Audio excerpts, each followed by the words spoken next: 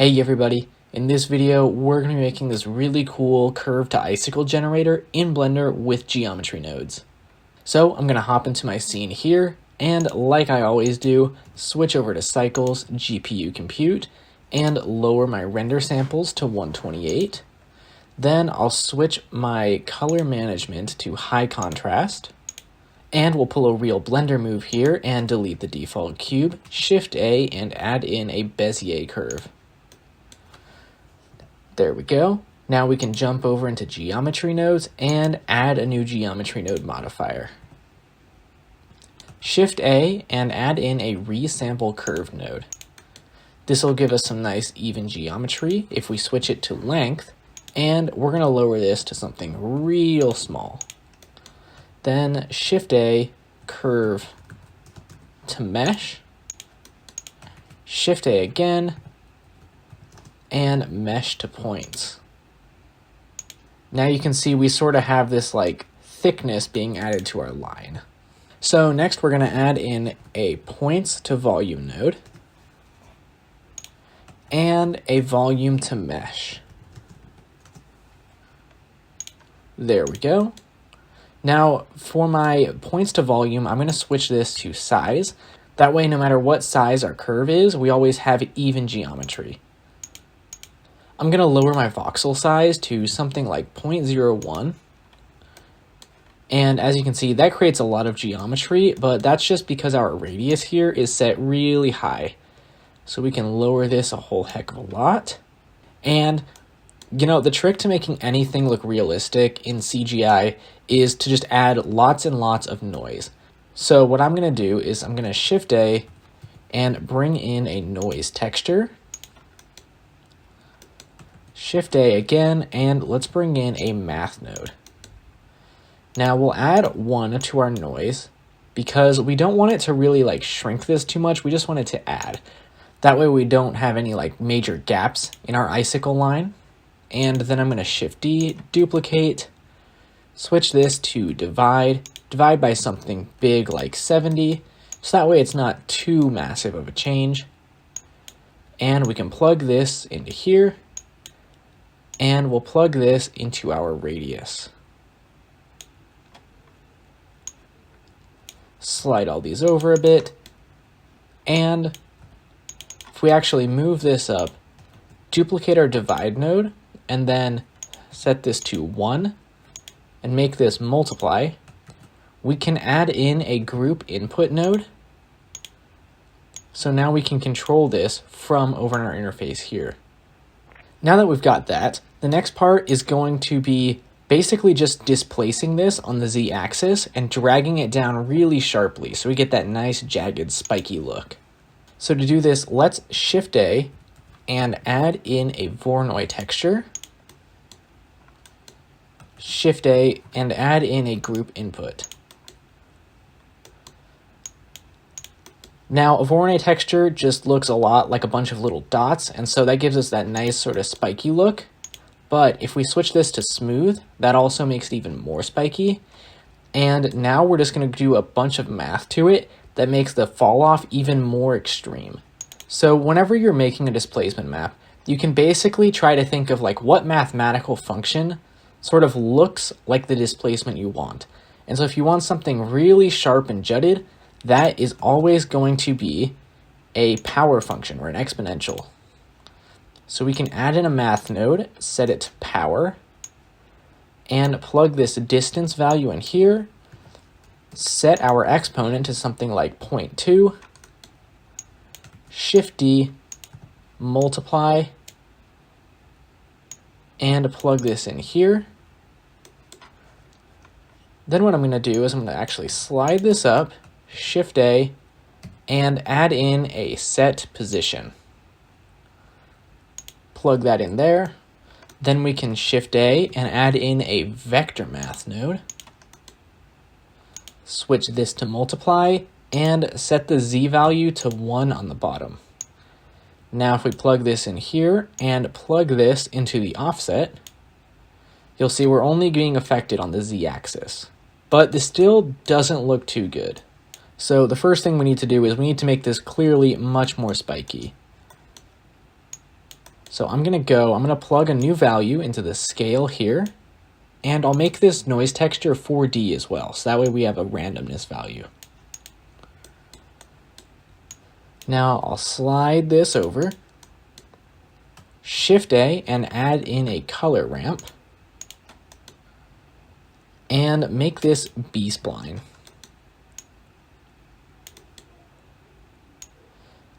I'll drag my black value over here, drag my white all the way over here, and we're just going to add in some intermediate values to really clamp this. So I'm going to add in another black slider, place it somewhere like this, then add in another one right there.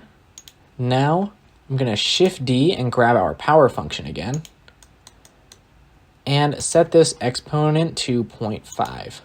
Now if we come back here, what we can do to make this actually look really good is Shift A, add in a noise texture, and I want this scale to be a little bit larger, but I only want one scale slider over here. So I'm just going to add in a math node, set this to multiply, set this to like 3.5, plug the scale in here and into the scale value, then Shift A and add a color ramp, crank up the black values, crank down the white values, and I'll plug our factor into the factor, and Shift D this multiply node, and multiply this with our Voronoi. There we go. Now you can see it's going the wrong direction. That's just because this is set to 1 instead of -1. But I also want to be able to control this from my interface over here. So I'm going to go Shift A, grab a group input again, grab another multiply node, switch this to divide, divide by -10. That way we just have a little bit more fidelity, and we can have a positive value over here in our interface. Then I'm going to grab another vector math node, plug that in there so it's only affecting the Z position, and plug that into the bottom value here. Now you can see if we come over to our interface, we can drag this value here, and it gives us that extreme fall off.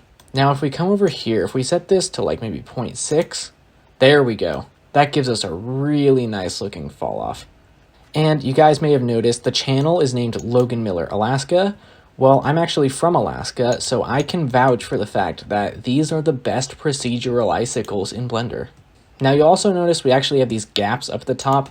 Easy solution to add a little more realism and make it look a little bit prettier is to just join this distorted mesh with the undistorted version. Bang, there you go. And now we have a sort of basic outline of our icicles.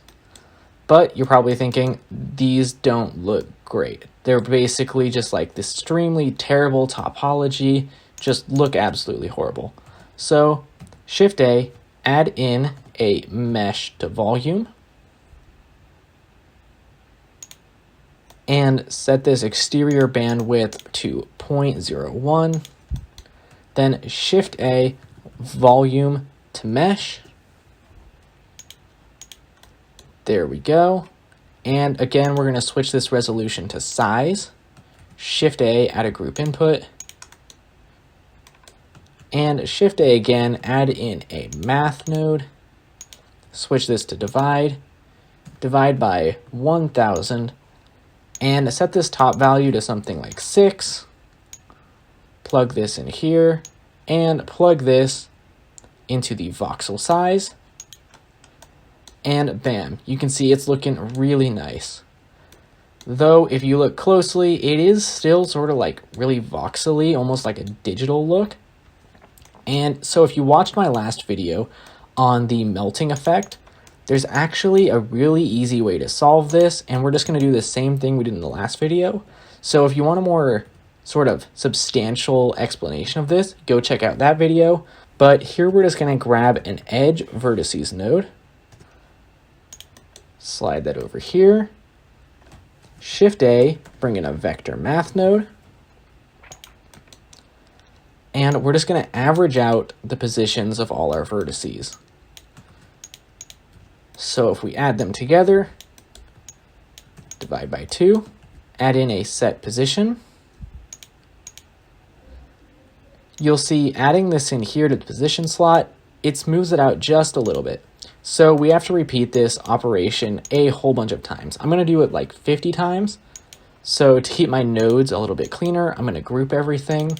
And in order to repeat this, I'm just going to collapse my set position, Control-Shift-D to duplicate, add in a junction here, and just plug the output geometry from here to the input here.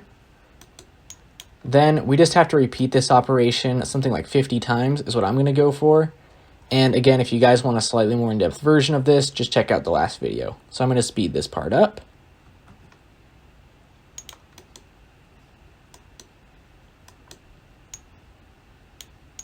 And there we go. Now I can just output this last set position into my output slot. And you'll see it has smoothed out our geometry a whole bunch. Looks really nice now. So I'm going to add in a set shade smooth node. There we go.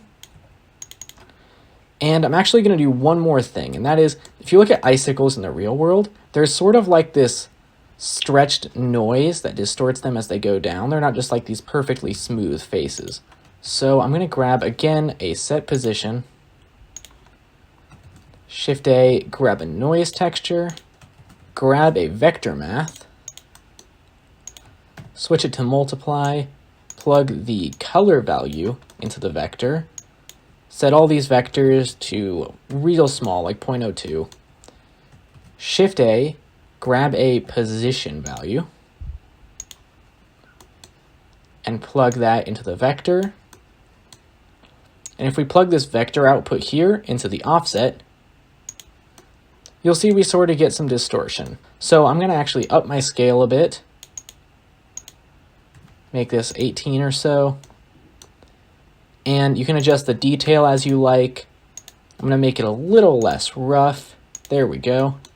And one more thing I want to do to this noise texture is I want to sort of compress it on the z-axis.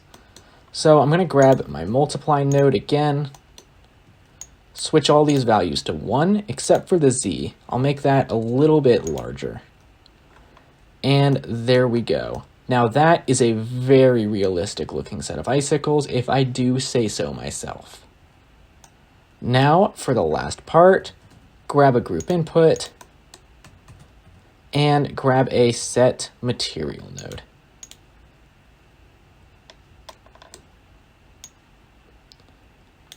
And it's always important to make sure we rename the values here to whatever they are. So my first value, if I look back, that is my radius.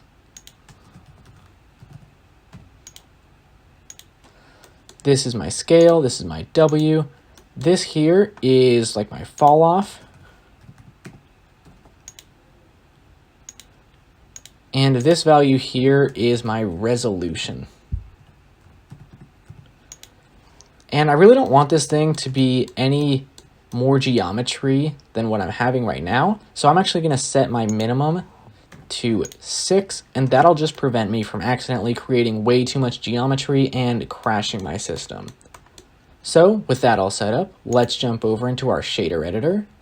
And I'm going to add in an environment texture to my world. Let's see.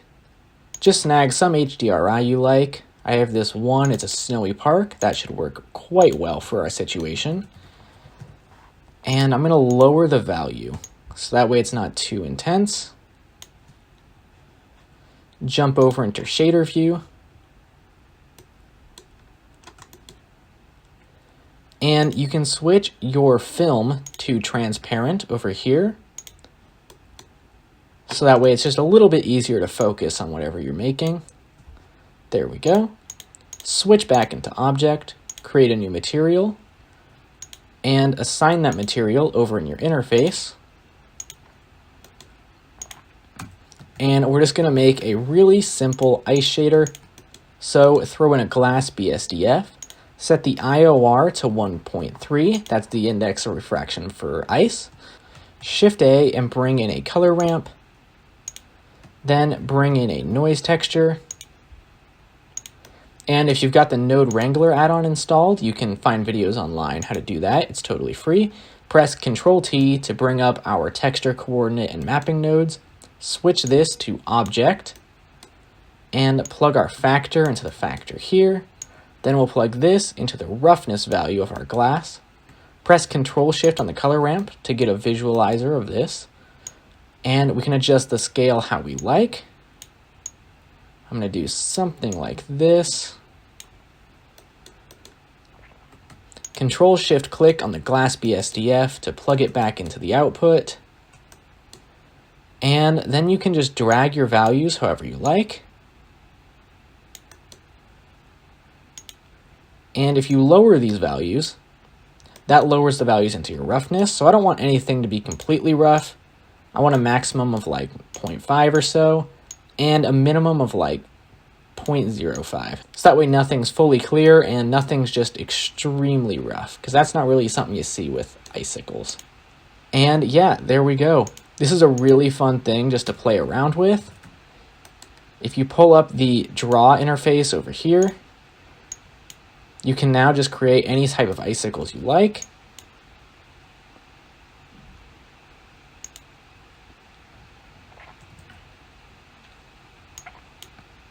And this is just super fun to play around with. So I hope you guys like this. If you did, consider liking and subscribing. I have a whole bunch more stuff planned, and there's a couple other videos on the channel you might like. And yeah, thank you for watching.